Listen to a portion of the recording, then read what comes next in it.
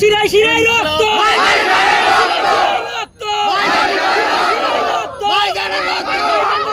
বাসী জানাই স্বাগতম, জানাই স্বাগতম। ভাইজান তুমি এগিয়ে চলো, আমরা তোমার সাথে আছি। যে রাজ্জাক্কার খুনিদের আমি শান্তির ঘুম ঘুমোতে দেব না, কিন্তু রাজ্জাক্কার আমার কাছে ও তৃণমূলের থেকে বড় পরিচয়, উনি ভাঙড়ের একজন ভোটার। আর আমার নিজের পরিচয় আইএসএফ এর চেয়ারম্যানের থেকেও এইখানে দাঁড়িয়ে আমি আজকের ডেটে আমি ভাঙড়ের বিধায়ক। সুতরাং আমি বিধায়ক, আমার এলাকার একজন খুন হবে, যে বা যারা খুন করেছে তাদের বিরুদ্ধে আমার লড়াই চলবে। সব সময় সামনে দাঁড়িয়ে লড়াই করতে হবে এরকম ব্যাপার নয়। আমি এটাও পরিবারকে জানিয়েছি আমার মাধ্যম দিয়ে, প্রয়োজনে ব্যাকডোর থেকে আমি সহযোগিতা করব, কিন্তু রাজ্জাক্কার খুনিদের কিন্তু আমি শান্তির ঘুম ঘুমোতে দেব। হতে পারে তার সাথে আমার রাজনৈতিক প্রতিদ্বন্দ্বিতা আছে, এটা ডেমোক্রেসি। যাকে ভালো লাগে বিজেপি করে, যাকে ভালো লাগে তৃণমূল করে, যাকে ভালো লাগে আইএসএফ করে, যাকে ভালো লাগে সিপিএম করে, আরো অনেক দল আছে, ভালো যার লাগবে সেটা করবে।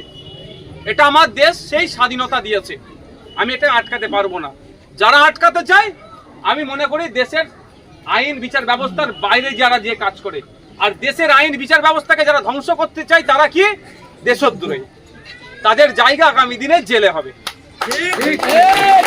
আজকে আমি একজন বিধায়ক হিসাবে আপনাদের সামনে উপস্থিত হয়েছি। আপনারা আপনাদের অভাব অভিযোগ আপনি আমাকে জানাতে পারেন, আমার ক্ষমতা অনুযায়ী আমি সমাধান করব। আর না হলে আমি যখন আইনসভার মধ্যে যাব, বিধানসভাতে গিয়ে সেটা মন্ত্রীকে বলবো যে চালতা বেরিয়ে এই প্রয়োজন আছে, এইগুলো দিতে হবে। যেমন আগে আমি এসেছিলাম, অনেক পাড়াতে ঘুরেছি, অনেক মায়েরা এসে আমাকে অভিযোগ করেছিল যে বিধবা ভাতা তারা পাচ্ছে না, স্বামী মারা গিয়েছে 10 বছর 8 বছর বিধবা ভাতা পাচ্ছে না।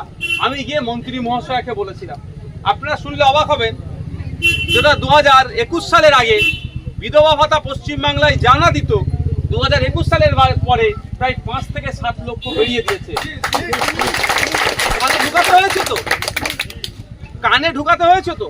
আমি বিধানসভায় গিয়ে আমাদের ভাঙড়ের ছেলে মেয়েদের কথা ভেবে, যে আমাদের ভাঙড়ের ছেলে মেয়েরা সেটা তৃণমূলের ঘরের ছেলে হতে পারে, বিজেপির ঘরের ছেলে হতে পারে, আইএসএফ এর ঘরের ছেলে হতে পারে, আমার দেখার দরকার নেই। ভালো প্লেয়ার আছে প্রচুর, তারা শর্ট লেগে প্র্যাকটিস করতে যায়, টাকার অভাবে সবাই যেতে পারে না।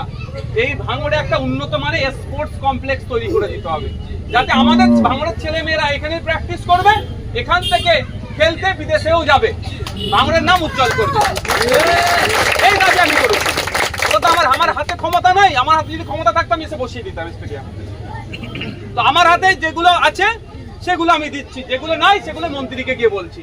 তো আপনারাও আমার কাছে আসতে পারেন, আপনাদের অভিযোগ আমাকে জানাতে পারেন, আমার হাতে থাকলে তৎক্ষণিক আমি সমাধান করব, আর না হলে এগুলো নোট করব। মন্ত্রী মহাশয় যারা সমাধান করার দায়িত্ব যাদের, তাদের কাছে আমি পৌঁছে দেবো, এটা আমার দায়িত্ব। আমি এখন অপেক্ষা করবো কিছুক্ষণ, আপনারা জানাবেন।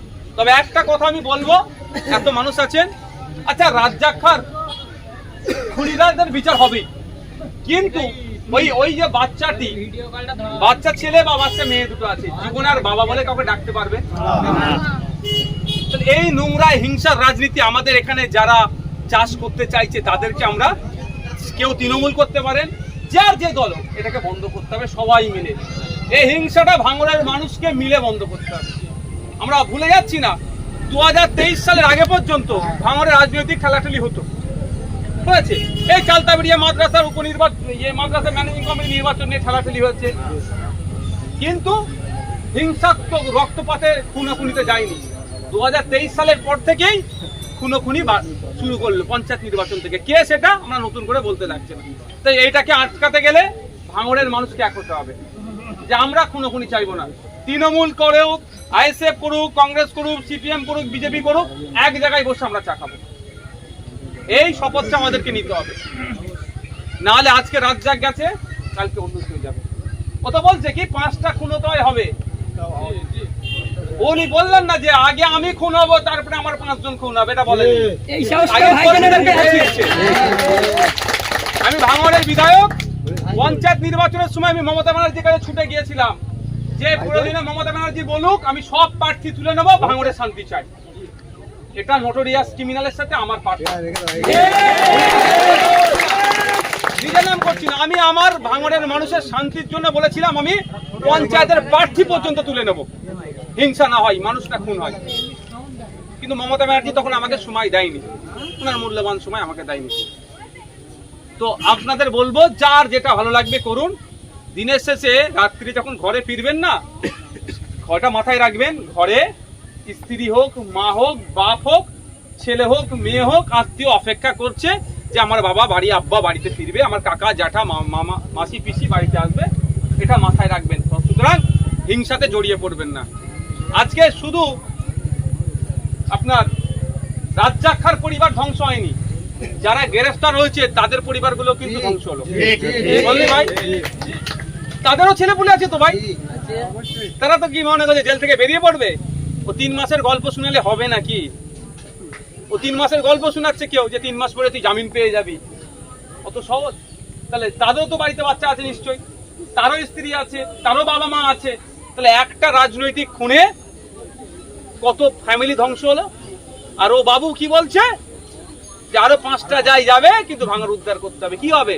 1,21,000 টাকা মাইনে ও পাবে, আর ক্ষতি হচ্ছে রাজ্জাক খাঁর পরিবারই বলতে পারবে। চাকরিটা এখনো দিত না, আমি চিৎকার চেঁচামেচি করার পরে তড়ি ভারী চাকরি দিয়েছে। আমি কি রাজ্জাক খাঁর পরিবারের বিরুদ্ধে? আমি রাজ্জাক খাঁর পরিবারের পক্ষে, যাতে দ্রুত চাকরিটা দেয়, অন্তত পরিবারটা বাঁচুক খেয়ে পড়ে। যদিও 10,000 টাকা মাইনে, এটা বাড়াতে হবে, আমি দাবি করছি।